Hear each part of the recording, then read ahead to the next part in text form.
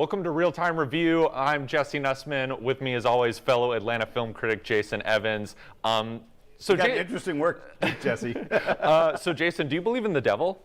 I don't really believe in the devil, but there's some movies that definitely scare me. Well, I'm sure that whatever creature down there is probably listening. The reason I bring it up is because kind of the big movie of the weekend is we have a new Exorcist film just in time for Halloween. Look, by the way, a little bit orange and black on You're in the attire. festive season. Yes. Yeah. And it's kind of coming at this interesting time because this year is the 50th anniversary of the original Exorcist from 1973, what many people consider to be one of the great horror movies ever made. I still think as scary today as, I wasn't alive in 1973, but it's still a really unsettling movie to experience. I think people don't realize how much it launched an entire genre. Oh, yeah. Of horror. The same way that people talk about Star Wars and Jaws as launching, the scary creature and this sci-fi stuff. The Exorcist is an important horror film. Oh yeah, and we also lost, sadly, the director of that film, William Friedkin, a couple months ago. And the entire time I was watching this new one, which is directed and written by David Gordon Green, who, just as a side note, has had, I think, one of the weirder careers in Hollywood. It is crazy. As someone who started off as kind of like an indie darling in the early 2000s, I remember, if you go back and watch George Washington, you think this guy's the next Terrence Malick or something like that. Yeah. And then he does these raunchy comedies like Pineapple Express and works with Danny McBride a lot. And then now has become kind of this steward of modern old horror franchises. Halloween, yeah. Right, he did the last 3 Halloween movies. I would not say, I was pretty mixed on his run on Halloween. I would not say this, his first attempt, because this is, I believe, the first of several Exorcist movies he's planning to do with Universal. That's the plan, I suspect, if this one does not go well. Yes, and I would say I was extremely disappointed. I think a little bit shocked at how just terrible this one was, and it really made me think about William Friedkin, because Friedkin, for anyone who hasn't seen interviews of him, he is a very blue collar, open-mouthed Chicago guy who is very willing to say whatever's on the top of his head, and has been very open over the years about his thoughts about other people doing sequels and prequels to The Exorcist. And I'm not a fan. No, and so I can't Stop messing with my baby. I can't imagine what he would think of this movie, which I'll keep it short. I know you didn't get a chance to see it. I think mercifully, I think you really dodged a bullet. I think its biggest problem is one of the things that's still so powerful about the original is just that sheer dread that is overwhelming every single scene. Even the stuff when Friedkin is not sort of literalizing the evil you're seeing, even in just scenes where it's 2 people talking, you feel this sort of impending dread and this sense of kind of this larger evil. That is what makes the film so great, yeah. And David Gordon Green isn't really able to capture that. He can do kind of the possession, makeup design stuff and all of the kind of, look, you can do so much with effects now that even you couldn't do in the 70s, but he isn't quite able to grab that same sort of merciless kind of just heavyweight dread in the same way that Friedkin was.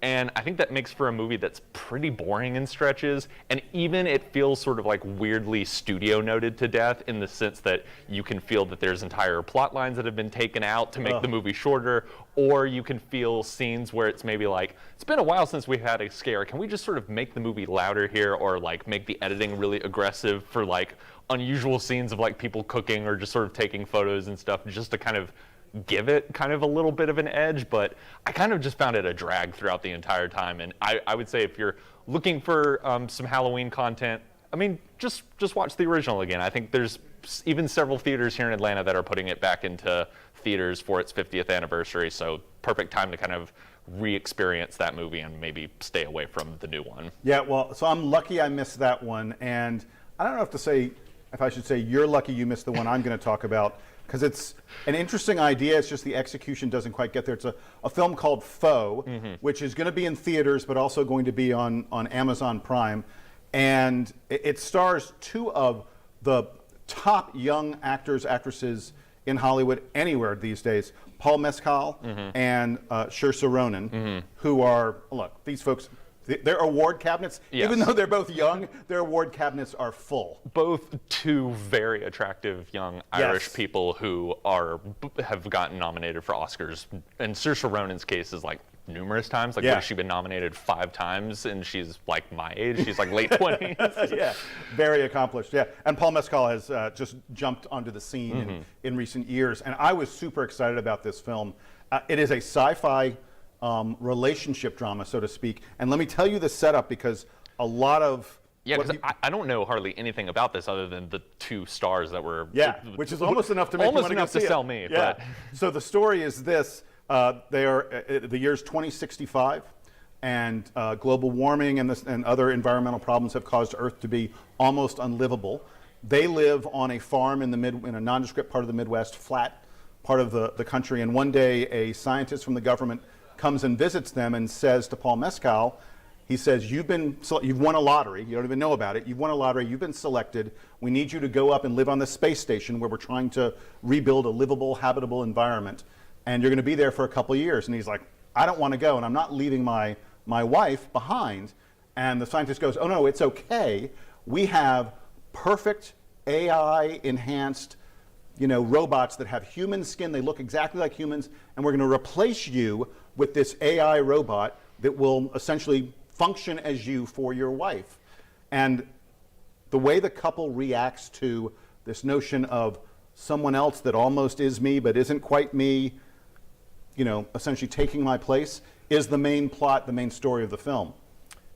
If you think this sounds like an episode of Black Mirror, it already was an episode of Black Mirror. it's actually, I think it's 2 episodes of Black Mirror. Right. They had one where there were guys in space and they transported their consciousness down to a body, and they had another one where they did an AI thing where they recreated someone from his social media posting. Right, that's the one I'm thinking of, the Domhnall Gleeson, Haley Atwell one, which is Right, a exactly. beautiful episode, so I can't, it's so weird to me that this movie has basically the same plot. Yeah, and it is a very similar plot, and the big problem with the film is it's very dreary at times. It is so slow to play out. The movie is an hour and 50 minutes. If it had been a 45-minute episode of Black Mirror, I would have been like, oh yeah, fine, this is great. Right. But it just doesn't work over the long time period. The entire middle of the film, I was like, can we get on with it? Can we get on with it? I'm not going to spoil anything for people, but I will tell you that there's a central plot point that virtually everyone in the theater knew sort of early on, and the movie wants to surprise you with it, and as a result, it's no surprise at all. It's a pity because the pedigree of those 2 actors, you would think this is a no-brainer, this is an awards contender, and the film just doesn't work at all. And like I mentioned at the start, it is going to be in theaters for a week or 2, but then it's going to be on Amazon Prime. I can't imagine people trying to sit through this film as slow as it is in the middle while watching at home streaming. It's like I was in a theater. It was dark. It was a good atmosphere, and as a result, I was drawn in a little more, I think, than someone who has the phone ringing and the dog barking and the kids calling out to them would be. I think this movie is a huge miss, and it's a real pity because it's such a great cast, and there are some interesting ideas it has. But anyway. Well, skip it. I think what most people are probably going to be checking out this weekend is the new season of Loki on Yes. Disney Plus, which you suggested as something for us to talk about. Yeah, I'm going to be honest. We should have led with this. We should have started with Loki. We got to build up to the good stuff. Exactly. We got to, take the trash out, and then we can talk to. Although I think we're going to have kind of an interesting discussion about what works and maybe what doesn't work with this show. I have to admit, I've not been the biggest fan of the sort of Marvel TV properties. I think, to me, they've sort of had this problem of feeling like dragged out, like 8-hour movies that have sort of awkwardly chopped up into 8 episodes. They don't quite have the same sort of like beats that you need for like an episodic TV series. They often kind of feel like very disorganized to me in a way. I don't know. Does that kind of make sense? I mean, I can see it. Look, Yeah. I was not a big fan of Moon Knight. I didn't really like the Hawkeye TV series. I did enjoy WandaVision, and I really enjoyed the first season of Loki. Same. And I think the thing that we've seen the first 4 episodes. That's what was given to critics. It's a 6-episode season, so maybe the final 2 episodes will really fix this. But the first season of Loki was, to me, great because of the character journey, the character arc that Loki and Sylvie went on during that entire series. I mean, Loki is grappling with, am I a villain or am I a hero? The two of them are trying to come to grips with the fact that they are, you know, just one of many different Lokis. There's a lot of emotion and character development that happens with the two of them. So far, at least through 4 episodes, this season of Loki is not character development, it's all about quests. They need to find A, which will lead them to B, which will solve problem C. And it's just not as interesting to me. It's not bad. I didn't dislike it. I'm still watching, and I'm certainly going to keep on watching the final couple episodes. But in terms of having the emotional sense, I didn't get it at all from this series. I feel myself a little like weirdly conflicted with this show. There's elements of it that I really, really like. The production design is impeccable. I think it is like the best looking of any of the Marvel shows, even better looking than a lot of the Marvel movies that we get now. I think Owen Wilson and Tom Hiddleston have a really fun chemistry with each Absolutely. other. It feels Give me a buddy cop movie of the two of them. Right. I'm there, yeah. I think my frustration comes with, I feel this sort of great sense of imagination on the show, and this sense that can kind of like explode into anything at any moment. But yet there's also the Marvel formula and the Marvel world building that kind of prevents it from doing that. And so it feels like this much wilder kind of Doctor Who-like show that's a little bit sort of constrained by like, we got to set up this thing for this movie down the road, and we got to tie in this thing from this movie. And I sort of found myself kind of increasingly like a little confused kind of watching these first few episodes. And even with, you know, this very fun cast and sort of these dazzling visuals, it just kind of felt more like homework to me and not this sort of like fun, lighthearted kind of sci-fi show, which is, I think, what they're kind of going for. Yeah, you're not wrong at all. There's tons of technical gobbledygook that they're constantly spouting out of their mouths. I was just like, this doesn't mean anything to me. Your point about the movies was one of the biggest things that bothered me. I think that Marvel is being too careful with this show because there are so many of these characters and so much of it implicated in the show that's going to impact potentially what's going on in the movies. And as a result of that, they can't do too much with the character of Victor Timely / Kang / He Who Remains, the character played by Jonathan Majors, who's going to be a huge part of what's coming up in the Marvel Cinematic Universe. Well, maybe. Considering that is the other kind of weird thing about the show is sort of his presence in it is kind of, which I don't think is, it's not a spoiler. It's in the trailers. Yeah, everyone knows he's going to be No in one it. can throw a shoe at us for saying he's in this. What's more, at the end of Ant-Man and the Wasp: Quantumania, they showed him. Right. They essentially paid a teaser for this. I think that they wanted to do this show, but I think they didn't have a great sense of how this show would move things for the rest of the cinematic universe. And as a result, I feel a lot like we're treading water, so to speak. I agree. In this show. And then the other thing, and just really quickly, Jonathan Majors' character in the show, who again, you know, these are all different variants of the same central character to Marvel stories.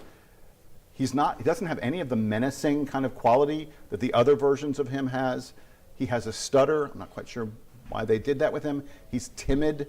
And you're just like, it's the same actor, but he's playing something so different that I find it off-putting, and it's just, and because he's supposed to be connected to He Who Remains from the original Loki and Kang from Quantumania, I'm like, what's going on here? It doesn't work for me as a result. Yeah, I think for me it would just be a much more successful show if it kind of like didn't feel the need to kind of do the sort of Marvel world building stuff and was allowed to be its own kind of little weird thing within this universe and kind of play around with all these characters and worlds. Well, you know, like, so Marvel has the series What If, that they openly say this has nothing to do with the rest of the Marvel Cinematic Universe. They tie it in a little bit every now and then. It's an animated series. Right. I think that's where Marvel should be with these TV series, as opposed to, oh, this is all part of our cinematic universe, but it's on TV, because they're afraid to advance things too much, because people go to the movies and they don't want to feel like I have to watch the TV as homework. Yeah. Well, we should probably put a pin in our Marvel conversation for now, because I have a feeling with another Captain Marvel movie coming in a couple months, weeks, yeah. we're going to be having this full conversation just all over again. But Jason, thank you as always for stopping by, and stay tuned next week for more future looks at new releases. There we go.